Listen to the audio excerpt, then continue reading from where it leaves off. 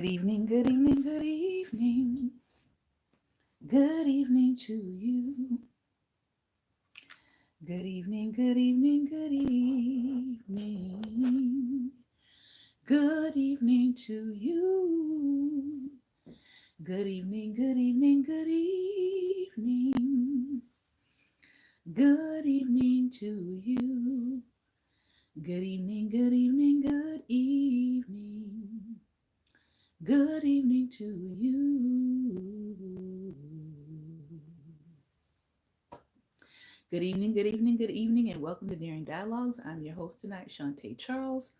I hope that you are having a great and wonderful day. This is the very last episode of Daring Dialogues for the year. It is season 10, episode 57. And I want to thank you all for tuning in. I want to thank you all for joining us. I want to thank you all for sharing in the broadcast. If you missed last night's broadcast on a word to Black America, I'm going to encourage you to make sure that you go and check out that broadcast. It is on our Black Table Talk page. It's also located on our YouTube. Church Love 333 is our YouTube channel. And please check out that encouraging word. So tonight is Relationship Wednesday, and I think this is a really good place to end. It's a really good place to end. And we're going to talk about human regulation and seeking balance. Last time when we were in this book, which we'll be reading into 2022, we began to talk about human regulation and finding balance with our systems and the things that children develop, and that is to be attentive, to be attuned, and to be responsive to their caregivers. And so we are continuing that conversation. And I'm only going to be on for a few minutes tonight. So if you catch the replay, just chime in, leave a comment, let me know that you stopped by and you checked out tonight's broadcast. So Oprah begins by stating, "The humans coming to regulate me are not bad. When I need something, it will work out. People are safe and supportive.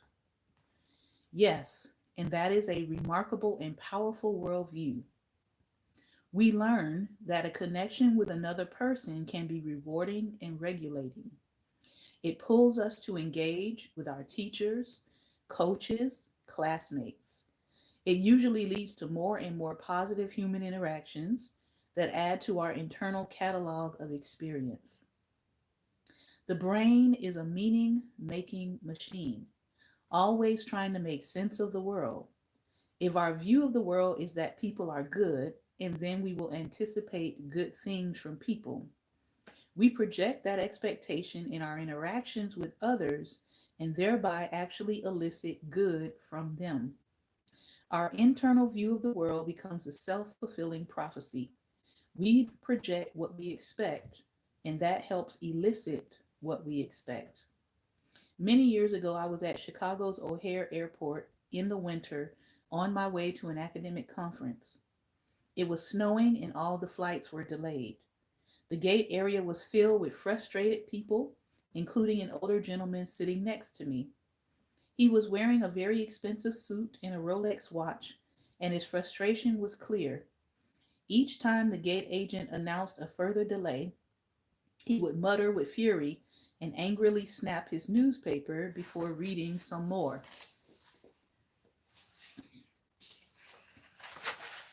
I was watching a tired looking young couple take turns following their daughter, a toddler, as she explored around the gate.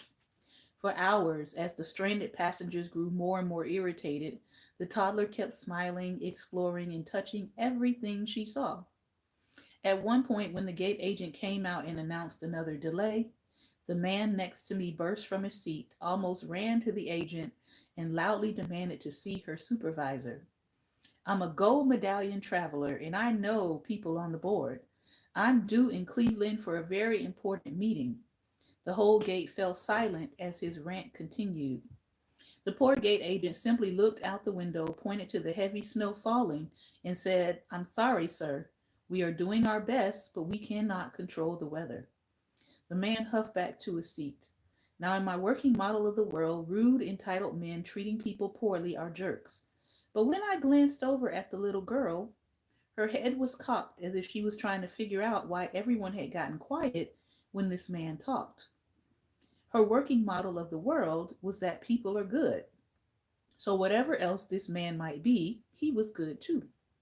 She walked right over and stood before him. She put her sticky little hands on his knees and smiled. He frowned and snapped his paper up to read right in front of her face. My world view was reinforced. He's even mean to little children? Super jerk. The little girl paused, then, clearly thinking that this was a game because people are good, right? She smiled and ripped the paper down, beaming at who she thought would be her new playmate. Oh man, I thought, this is bad. But I was wrong, and she was right. She smiled her big smile, and shaking his head in defeat, he smiled back. Her goodness projected was contagious. She drew the best from this man, and her worldview was reinforced. For the next 30 minutes, the two of them played together as her parents looked on. He even got down on his hands and knees, expensive suit be darned, to give her a horsey ride around the dirty, crowded gate. She elicited what she projected, thanks to an internalized view of the world that came from thousands of loving moments when her parents, family, and caregivers were present, attentive, and responsive in loving ways. This is so powerful. This is a great place to end this year's broadcast, because what happens when we are not given thousands of loving moments? What happens when we're surrounded by thousands of criticisms, or thousands of moments of rejection, or thousands of moments of sarcasm, or thousands of moments of negative messaging given to a child? This child was able to project goodness based on these loving moments that was given to her. And so, what happens when a child doesn't get positive, nurturing responses? Say if a mom is on her own with no help, or depressed, or in a violent relationship, she might really want to be loving or a responsive parent, but is that possible under these circumstances? And Dr. Perry says this is one of the central problems in our society. We have too many parents caring for children with inadequate supports. The result is what you would expect. Overwhelmed, exhausted, dysregulated parents will have a hard time regulating a child consistently and predictably, and this can impact the child in really important ways. Now, Lord willing, when we come back in the new year, we're going to continue this conversation about the impact in early childhood life.